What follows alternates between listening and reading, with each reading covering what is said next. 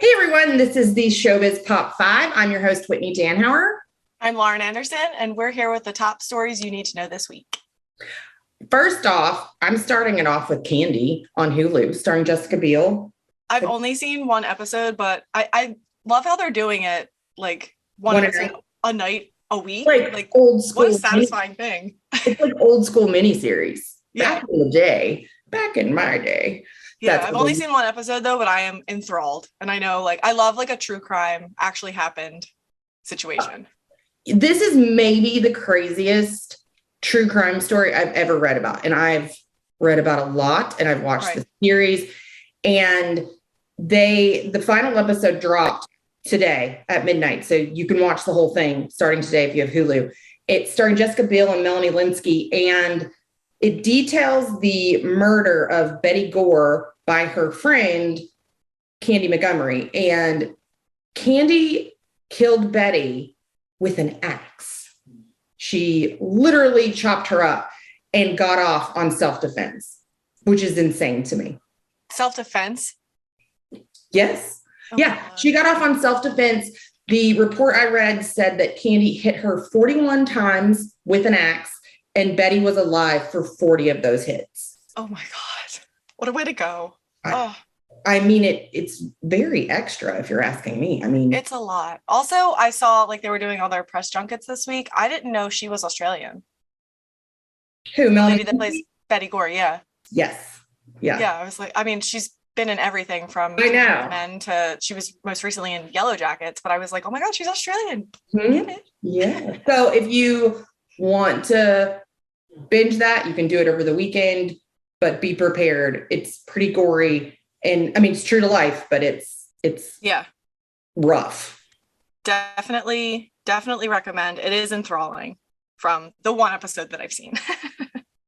For sure. Up next, I need to talk about, so the Selling Sunset reunion happened. It released last Friday, and everybody can't stop talking about Chrishell Stause and her non-binary partner, GFlip, the Australian musician, who I'd never heard of until Crishell revealed this. I don't know if they're calling it a relationship yet. She was very elusive about whatever it is that they have going on. They're just exploring their options, I guess.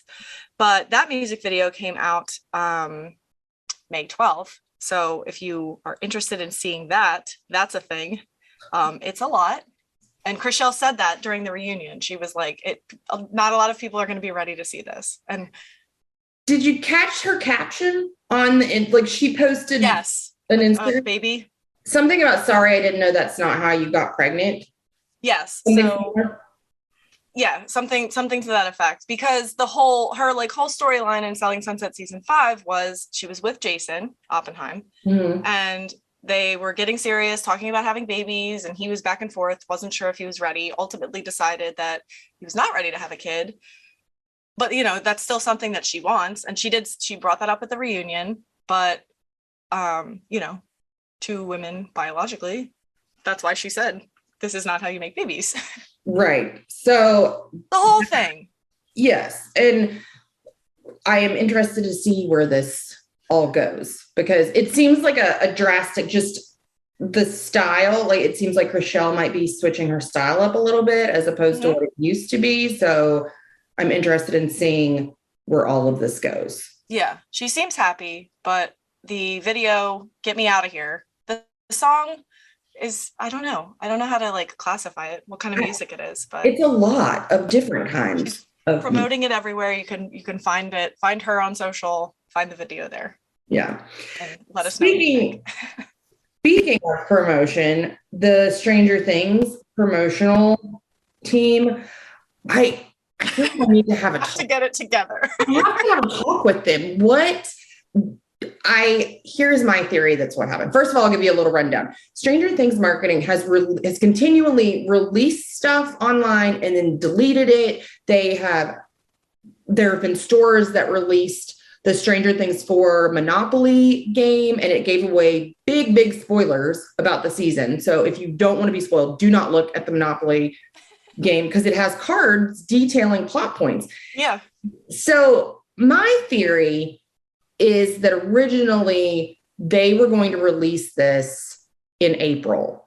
Okay. And all of this stuff that's coming out now with the like products and merchandise that's hinting at this, the plots, I think it was already scheduled to be released. And so everybody was like coming up with these genius marketing things, and they were just scheduling those to be. They were scheduling, and then you've got a Target employee who's not privy to all the information that the Netflix people have. So he's out here. He's like, I am going to guy. This marketing or this Monopoly game out, and I'm doing my job, except nobody let him know that. Oh, not great. But to be fair, I get that there has to be a lot of pressure on the people that work on this team.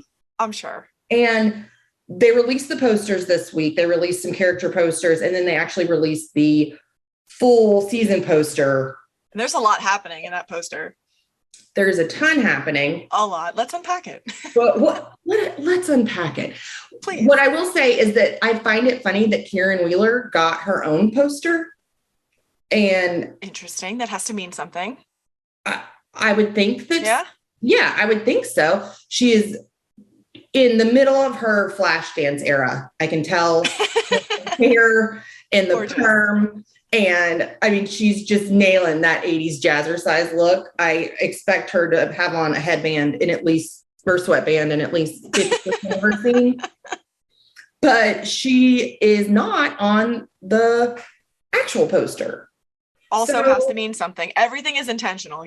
Like they don't do anything, which makes me wonder, did they maybe not the Monopoly game, but this posting stuff and deleting it, is this a play? I honestly don't know, because Netflix France posted a couple of the posters, and Netflix, like the United States Twitter account, they posted, but then they deleted them, but Netflix France left them up, and it was just mass chaos. It was like the scene from SpongeBob, everybody running around with their heads on fire and no one knows what's going on. And today they released the poster for the season, and it was in a tweet, and it said, the wait is almost over.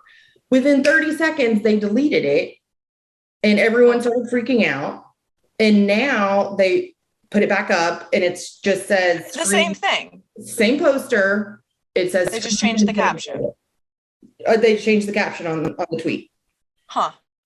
I wonder, that feels intentional to me, but I mean, if it's not, then maybe they need to take a look at who's handling they have to assess the staffing situation. But this, who I'm assuming is the villain in the background with the glowing blue eyes, is giving me Game of Thrones. Well, it's because Barry Gower is the special effects guy that created, that's Vecna, and he actually designed the White Walkers. Okay, this makes so much sense to me. Right? You are resident Stranger Things expert. Yes, my brain is 99% Stranger Things. Pours out of me. Yeah, so that's why. And I keep hearing, how scary this season's going to be, and it's not.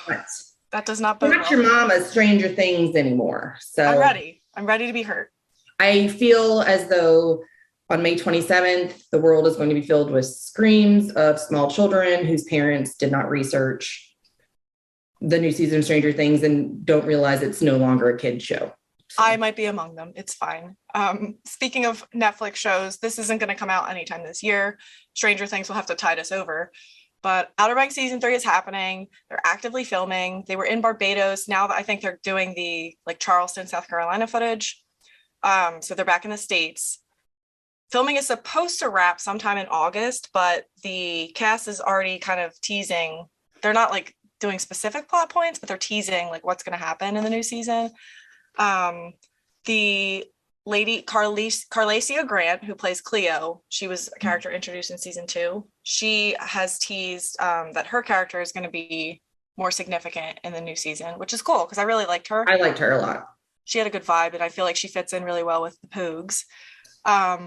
And then Madeline Klein said something to the effect of her character basically choosing a side. So is it going to be John B, or is she going to align with her kook family and Ward, who faked his death in season 2? I'd be surprised if she did that, but I would. There's going to be a definitive something. Side note: are Madeline Klein and Chase Stokes still together? They are not. Okay. They are not. People thought they got back together because of like they're a couple in the show. So like obviously there were photos from the set of them holding hands and doing couple things, but they're not actively dating. Huh. But I did read an article saying that JJ and Key are going to have a relationship this season, and I'm so excited. She has kissed every pogue then, which, like, I'm sorry if you know anything about Outer Banks, the first rule of being a pogue is no pogue on pogue macking. Yeah. And she's literally macked on every pogue. I know. Good for her.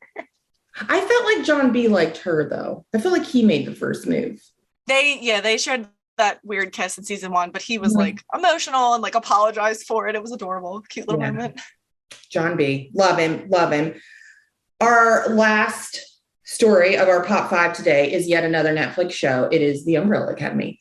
Yes. And they released their character posters this week. And as fandoms are wont to do, they poured over every possible detail. And it looks like the showrunners may have given us a hint on where each sibling is from that we know. So we only saw Vanya. We only know where she was the Russian baby that was born in the very first scene of episode 1 or season 1. And other than that, they just kind of hinted at where they might be from with their names, because in a Reddit AMA, Steve Blackman, the showrunner, said that Grace gave them names that was tied back to their heritage. So everyone thought, Klaus was born in Germany, or that that Luther was somewhere in Europe, that area. And now it makes me laugh because, as we know, Klaus is my all-time favorite character of any show ever. And his sticker says, they have stickers on the suitcases, and it's they all have different stickers, but each one has a travel sticker. Yes. And people think that it's hinting at at their birthplace.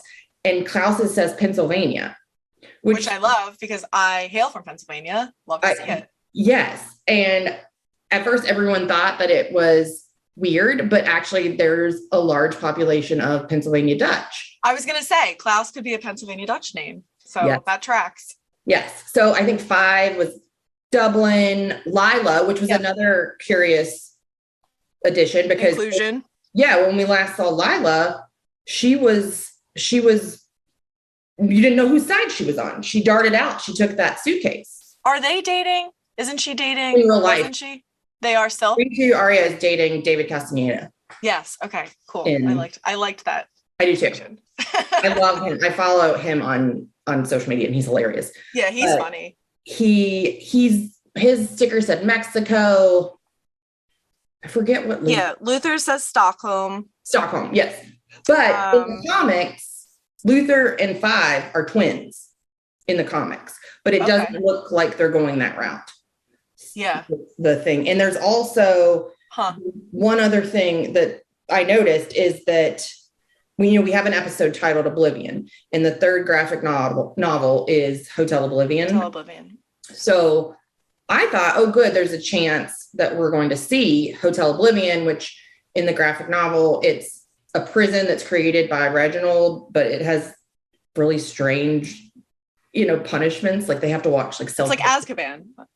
Sort of, yeah. It looks like a hotel, and they have like TVs and stuff in their room, but they can only watch like really weird cartoons, and all the books are just nothing but self-help books.